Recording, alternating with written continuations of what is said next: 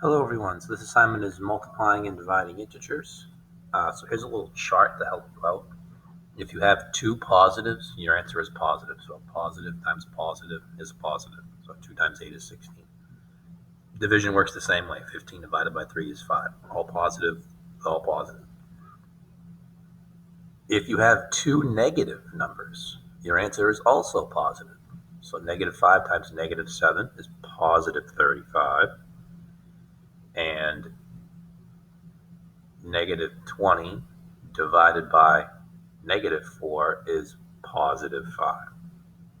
Okay, so these result in positive answers if you have both positive or both negative. If you have 1 and 1, one negative and one positive, your answer is negative. And it doesn't matter which one is negative. So like negative 4 times 3 is negative 12. Okay, but if we switch the negative, 4 times negative 3 is also negative 12. And the same thing works for division. So if you have 10 divided by negative 2, that'll get you negative 5. And if you have negative 10 divided by 2, that will also get you negative 5. So if one of them is negative, the answer is negative. If both of them are negative, it's positive, and then positives just stay positive. Okay, here's an example of a multiplication chart. This might help you if you're kind of stuck on what times what equals something, right? So to read it, like 6 times 3, they meet at 18, so 6 times 3 is 18. And backwards works the same way. So 18 in the 3 column would be 6, so 18 divided by 3 is 6. So multiply, so we have negative 9 times negative 12. I know my answer is positive. And if I look at 9 and 12, they meet at 108. So my answer is positive 108. Okay, 2 times negative 7, I know my answer is negative. And I know that 2 times 7 is 14. I didn't need the multiplication chart for that one. Okay, now to divide. So we have 48 divided by negative 8. So I know my answer is negative. And I want to see 8 times what gets me 48. I'm going to change that to positive in a minute, just so we have a positive example. So I want to see what times 8 gets me 48. So here's my 8 row. There's 48, and I go up to 6, and 8 times 6 is 48. So that means 48 divided by negative 8 is negative 6.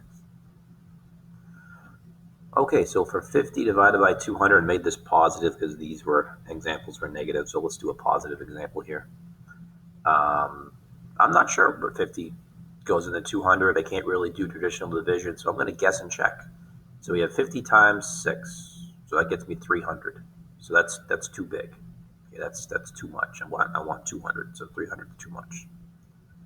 Let's try something smaller. Let's try 50 times 3.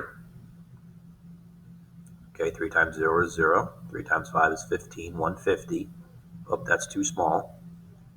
Okay, let's try something between 3 and 6. How about 4?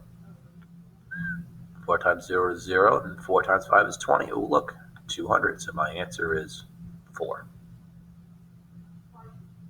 Right? And that's because we can't really do 50 into 20. Doesn't work, so it's a single digit. So we kind of have to guess and check if we're not sure. 60 divided by negative 3. I know my answer is negative.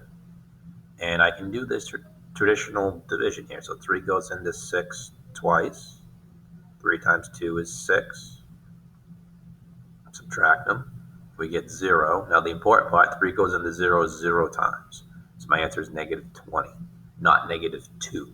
That'd be 6 divided by negative 3. All right, and another example here of doing the traditional division here. So we have negative 4 divided by negative 12. I know my answer is negative, again, because I have one positive, one negative. So my answer is negative. 4 goes into 11. Let's see, I'm not really sure. So I'm going to check my multiplication chart here. It doesn't go into 1, so it goes into 11. So 4. And 12 is too big, so it's 1 before that, so it's going to go in there twice. So we have 2.